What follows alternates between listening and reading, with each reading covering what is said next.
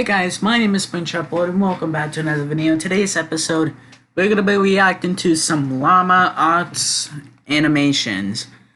Llama Arts is a very popular YouTuber. She is he. I don't know if Llama Arts is a boy or a girl. I don't know, guys. Llama Arts has 2 million subscribers. The videos the YouTuber makes is animations off of Mr. Nightmare. So I'm actually gonna leave Mr. Nightmare and Llama Arts channels in the description below. So yeah, guys, we're gonna be reacting to 4 of the animations she has made. First off, we're gonna be reacting to a creepy ghost hunting story animated. My house is actually haunted. Not clickbait. I mean it. It's not clickbait. I'm not gonna do any ghost videos in my house. I would never do that. Maybe if I go older and graduate college and move in back to this house and maybe make a video about it. Whatever. Let's start this video, shall we?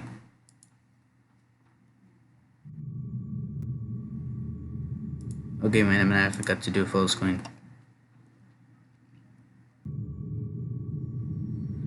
This happened about 5 years ago when I was 21.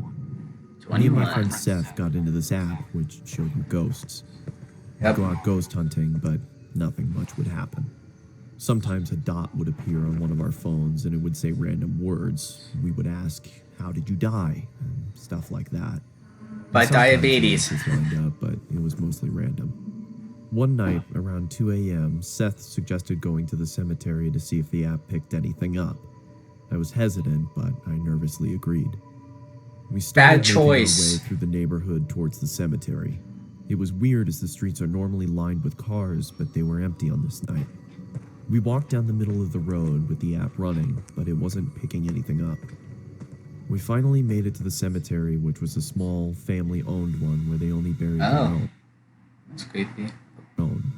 Seth went up to the gate and started shouting, hoping to get a response on the app, but nothing happened. I was standing in the road, feeling unsettled, when Seth starts yelling, "Is that all you've got?" I told him to stop disrespecting the dead and we should leave. Yeah. He tried being funny, saying, "Oh, I'll make them show up," and jumped the gate and started stomping on the graves while Jeez! Show us something. You need to back off, idiot. You need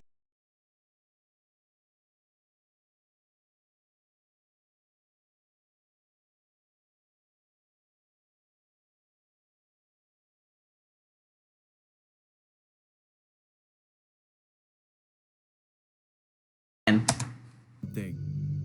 All of a sudden, our phones said something at the same time. I looked down at my phone and it was there. We both just stood there, looking at each other when 10 or so red dots appeared on the radar, and it said it again. When I looked back up from my phone, Seth was next to me. I said, "You have superpowers." "I've got to go." I'm joking, I know. I heard him hop the fence again. Lights turning off one by one from the top of the street, getting closer to us. We took off running as fast as we could. We got about halfway into the neighborhood before running out of breath and having to stop. I felt like I was gonna throw up from being scared and winded. Then I heard my phone say something. It was muffled, but I knew what it said. Being too scared to look at my phone, I looked at Seth, who looked terrified. He nodded at me to get my phone out, so I slowly pulled it out, and it said my name across the top. Kyle? I turned my phone off and said, "Screw this, I'm done." We made our way back to I'm my out, house idiot. and had a cigarette to calm down. We were talking about what just happened almost. Don't do that or else you'll get cancer. Cancer's bad. I mean it. I hate cancer. Everybody in the world hates cancer. It shouldn't be a thing anymore. It's sad. My grandma died of cancer. It's very sad. Just don't do cigarettes, kids. That's the #1 rule. Don't do cigarettes. Not believing it when I heard my phone again. This time it was my sister's name. We just stood there, frozen, not saying a word, when it went off again and said my brother's name. I took my phone out, turned it on, and deleted the app. I asked Seth to stay the night, but he refused. I can't blame him. I'm blaming you! When I finally got to sleep that night, I dreamt a muffled voice repeating the word over and over. I started to wake up and blocking that out. Became clearer. My phone was off, with the battery out. But when I turned it over, it was lit up with the app running. It had a red dot about 6 feet from me, still repeating.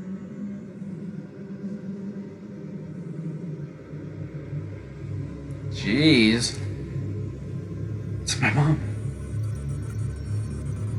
Oh, what a beauty! Hello, beautiful. Wanna go on a date? Nice feet. Joking.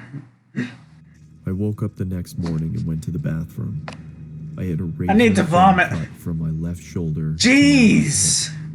I don't know what happened that night, and nothing has happened to me since. I look like a beast. Needless to say, I don't mess with that kind of stuff anymore.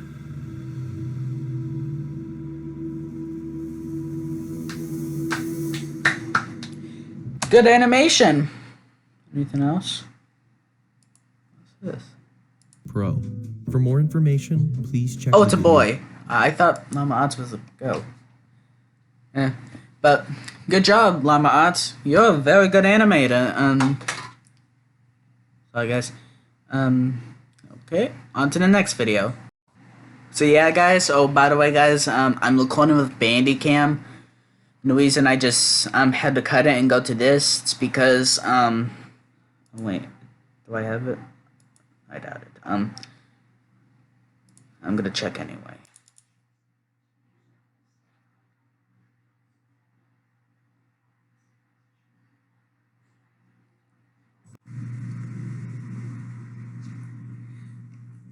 Hey guys, my name is Ben Trapwood and welcome back to another video. Cringy! Okay guys, okay, let's head back to this video. I just wanted to check out if I'm still recording and went through with the video. So yeah guys, let's watch Night Shift Stories Animated. It was 2 years ago. I was called in to do the night shift, 10 p.m. to 4 a.m. at 7-Eleven, since somebody called out. The store was located on a busy road in a rather quiet and rural area. During the night shift, you could expect anywhere from 10 to 20 people come in to buy a beer or something else. Sorry guys. This one particular night, there was this one guy, mid-20s, that came in. He started making weird noises, like loud yelling noises. I assumed he had some kind of mental disability. In fact, my brother has a mental disability, so I immediately felt sympathy for the guy. I'm with you, bro. I have two brothers who have autism. One of them has autism and epilepsy, so they have seizures. So I guess I'm with you, bro. I feel sympathy for the guy. He walked up to the counter without any items, with his head facing me, but his eyes were looking up at the ceiling. I felt uncomfortable. I honestly didn't know how to deal with it. I tried speaking with him, but he only responded in loud noises. He's like a zombie. I kept checking I'm not if he being was rude. with someone outside, Guys. but he was alone. There weren't any cars in the parking lot, so I assumed he walked. Man. He stood there for so long, looking up at the ceiling and making noises, that I tried to get him out by handing him a bag of chips and telling him he could go. I tried finding some kind of number to call for someone to help him. Then, out of nowhere, he finally turned around and walked out of the store. I felt so horrible for the man. Yeah. But at the same time, I felt a bit creeped out. I don't care if I'm creeped About out. an hour I'll later, help the him. phone on the counter rang. I picked sorry, up but your to hear picture the will be familiar late. yelling sounds of the man from earlier. It caught me off guard. I didn't know what to think, other than this has to be some kind of prank. I hung up on them and was now becoming paranoid of my surroundings, constantly checking the outside through the windows. Reminds me of a game. The person working after me came in, finally allowing for me to go home. Let's go home and eat pizza. I got home and threw all my stuff on the table, ready to get to sleep. But my phone rang within a minute after entering the door. I felt a chill run down my spine. Why would someone be calling at 4 a.m.? A ghost. I could only imagine. I know that's 3 a.m., not 4 a.m. I braced myself and picked up the phone to hear the man again.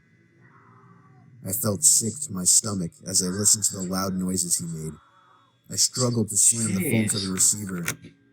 All night, I felt like I was being watched, even with all the blinds shut. And I could swear I heard strange noises coming from all over my house. I refused to get any sleep until the sun came up.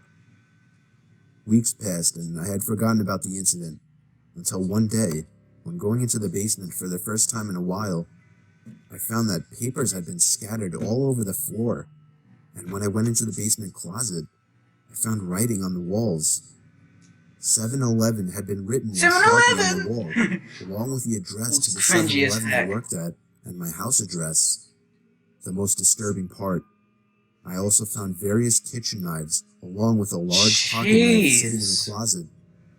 What started out as seemingly just an innocent person turning into something of a prank ultimately turned into something much more horrifying.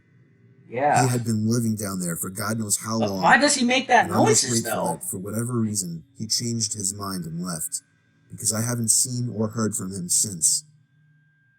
All I can say is that man is dangerously ill. Yeah. Is there any more things? No, there isn't. Man, that was very creepy, man. 5 minutes. I can do another one. We're gonna be watching Scary Field Trip Horror Stories. So, oh wait, I'll be right back, guys.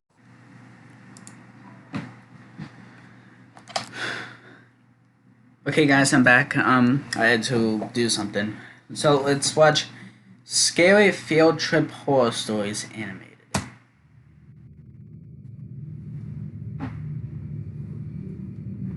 Is the volume up? Back in high school, I took a mysteries and mythology type class, or something like that. I don't remember the name of the class.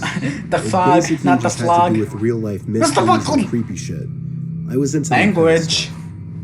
I was taking the class with a good friend, who I'll call Ben for this story. The teacher of the class took us on a field trip to a nearby abandoned village with an unknown past. The village was built in the early 1900s, but seems as though it had been quickly abandoned shortly after it was built. The bus ride there was about 20 minutes. All of us were glued to the bus windows as we pulled up some sketchy-looking, decrepit road cutting through dense forest. The road eventually led to a clearing. We were there. We stepped out onto the road, which had grass growing through the cracks. The grass surrounding was almost knee-high. Then there were the buildings. The tall, it's like Viking Age. Boarded up windows all gave off such chilling vibes. The teacher lined all 20 of us up, counted heads, and then began leading the way. The point of this little field trip was to use the so-called skills we learned in class to see if we could put anything together about why the village may have been abandoned so long ago.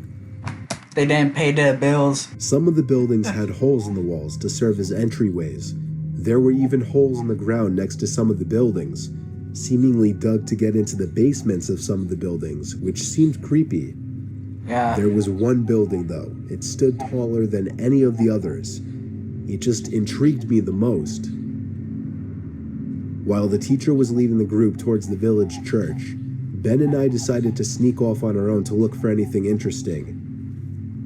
When we walked off in the direction of the tallest building, it reminds me of a story about a field trip to an abandoned place that happened. But I'll tell you at the end of this. We saw a hole in the ground. Yeah. It was dug by the back door of the building, which had been sealed off. A ladder. What In the hole was a ladder which led down to the concrete floor below. We both looked at each other and knew we had to do it. Ben climbed down first, then me.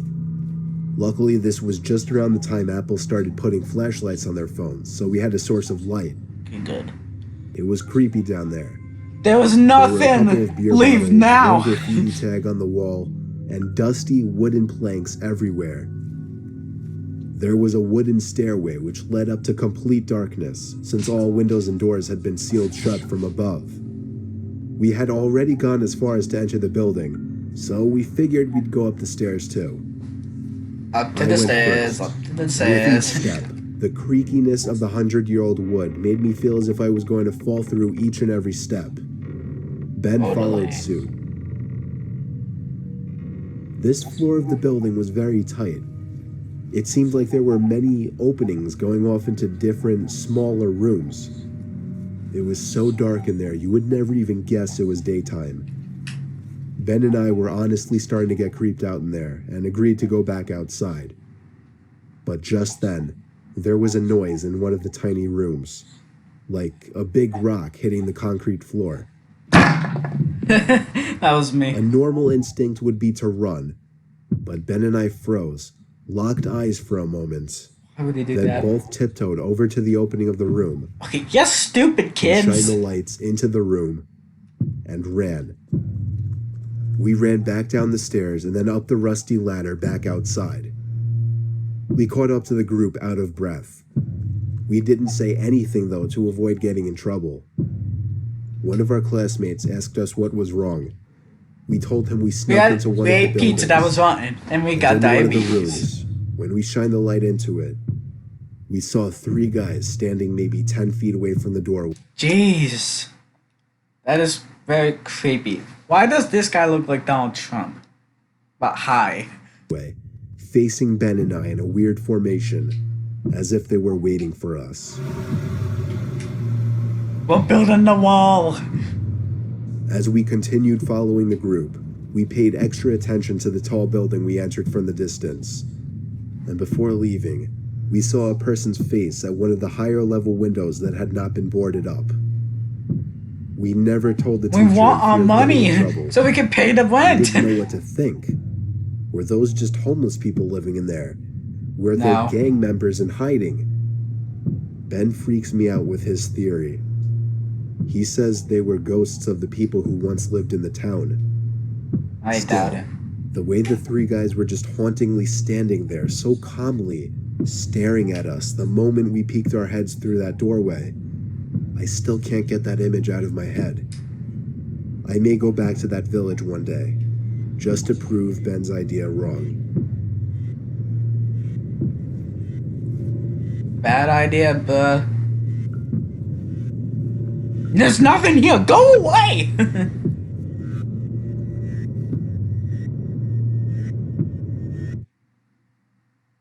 Hashtag dead. Wow.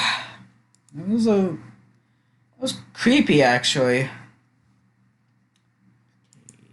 On to the next one. It's 8 minutes long. Jeez. Okay, I have to cut the video. Be right back, guys. Okay, guys, I'm back. Let's start the video. Well, by the way, guys, I didn't leave for so long. I just cut the video 1 second later. Start recording because I didn't buy a Bandicam. I'm just using it.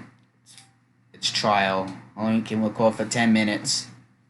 So let's watch Sleepovers Stories Animated. Okay, let's start this video. Captions on. Anthony! This happened when I was 15 years old. My best friend Anthony wanted me to come over for the night since his parents would be gone all weekend. I rode my bike over and put it in his backyard before letting myself in through his back door. We played basically every video game he had, from FIFA all the way to Call of Duty, with popcorn and other junk food spilled out all over the floor. As the night progressed, we moved from video games to watching half a movie and getting bored to doing prank calls at close to 10 o'clock. Anthony made a few calls to different pizza places. When it was my turn, I just dialed a few random numbers in hopes to get someone at their house. On, say, my 4th attempt, I finally reached somebody A guy with a deep and rough voice picked up, answering with a yeah instead of a hello. Anthony's laughing in the background made me stumble with my words mid-sentence, ultimately cracking up into laughter. I had never done a prank call, so I sucked at it. Yeah, The guy on the other end was silent. I regained a straight face and tried to continue with the call. Wait a minute, guys.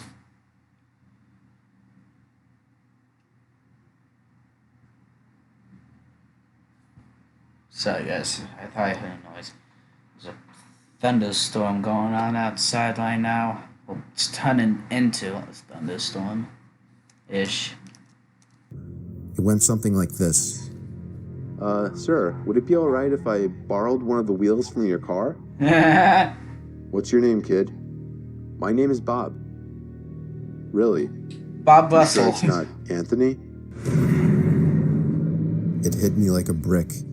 I looked up at Anthony, whose face was noticeably full of fear.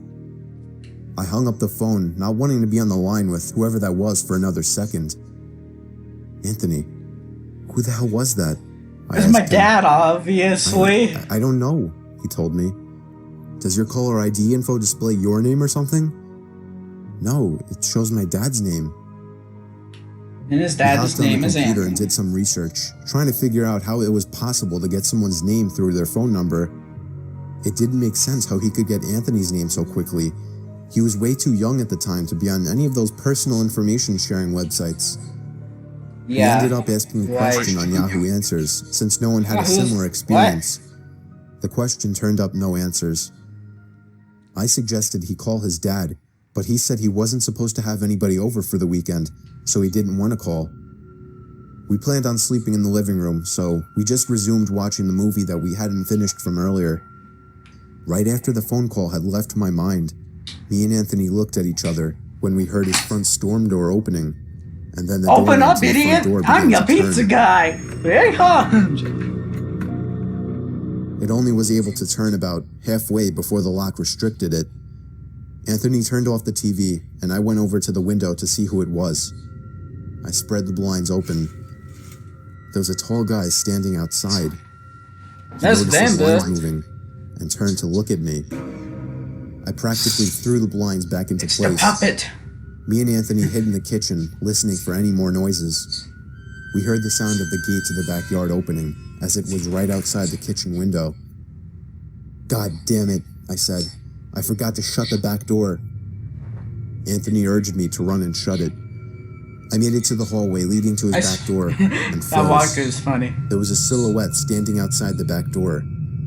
I don't think he noticed me, but he was surely looking into the house. He opened the door and stepped inside. I tiptoed to the kitchen and motioned for Anthony to follow me upstairs. We made it to his room as quietly as possible. Jeez, it must be abandoned. There's so many cobwebs. We crawled under his bed. He had cloth covering the bottom of his bed, so you couldn't see anything under it unless you actually moved the cloth. The doors downstairs all opened, each one getting closer to the stairs. Thuds finally began up the stairs, and he was right outside the door now. It's amazing. The door to the room opened.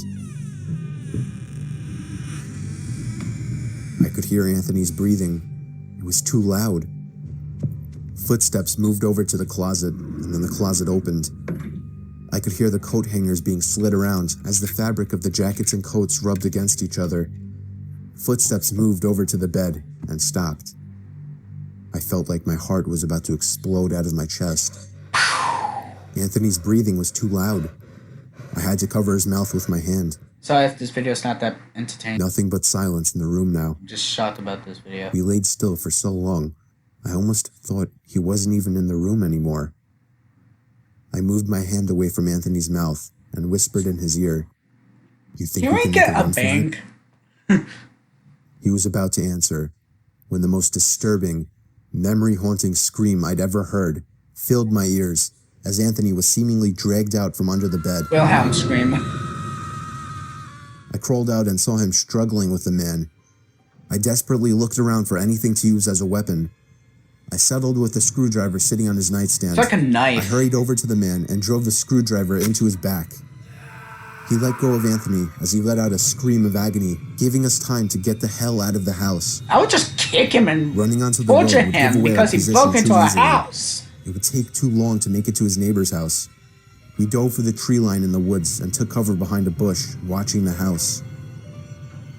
The back door opened as the man stepped outside, looking around the backyard. He then looked out to the woods. I felt his eyes pass me as he scanned through the tree line. It seemed that it was too dark for him to see us. Then, he turned his head back in our direction. I ducked behind the bush. Joe, he's coming. What? Dude, get up, we gotta run. He was right.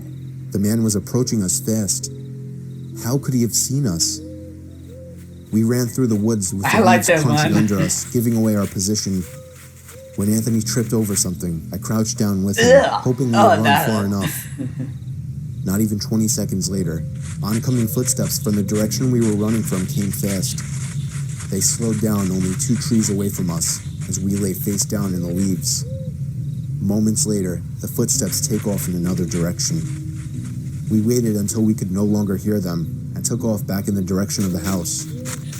While running, over the sound of leaves crushing and my heavy breathing, I could swear I heard leaves crushing from behind us. We made it back to his backyard, into his house, and this time remembering to shut the back door. Thank you. We were now able to call the police. Anthony stayed on the line with them, while I patrolled the back windows, making sure nobody was out there. It was so dark, though, I couldn't see anything. So I did something that seems stupid today. I turned on his backyard lights, and immediately in the distance, it's over the by the pizza woods, guy. I saw We him got your pizza, standing in front of a but you big didn't tree. pay us. He We're turned off leaving. back into the woods and disappeared out of sight. That was the last time me or Anthony ever saw him. I would be lying if I told you we heard the occasional knocks at our windows or something cliche. No, that was it. 5 years have passed and nothing has happened. I've got spot. Do I wonder if it was somehow linked to the prank call? Maybe. Does it make sense? Not really. But yeah, this was the story of how me and my still best friend Anthony almost died during a break-in. Then you shouldn't do prank calls.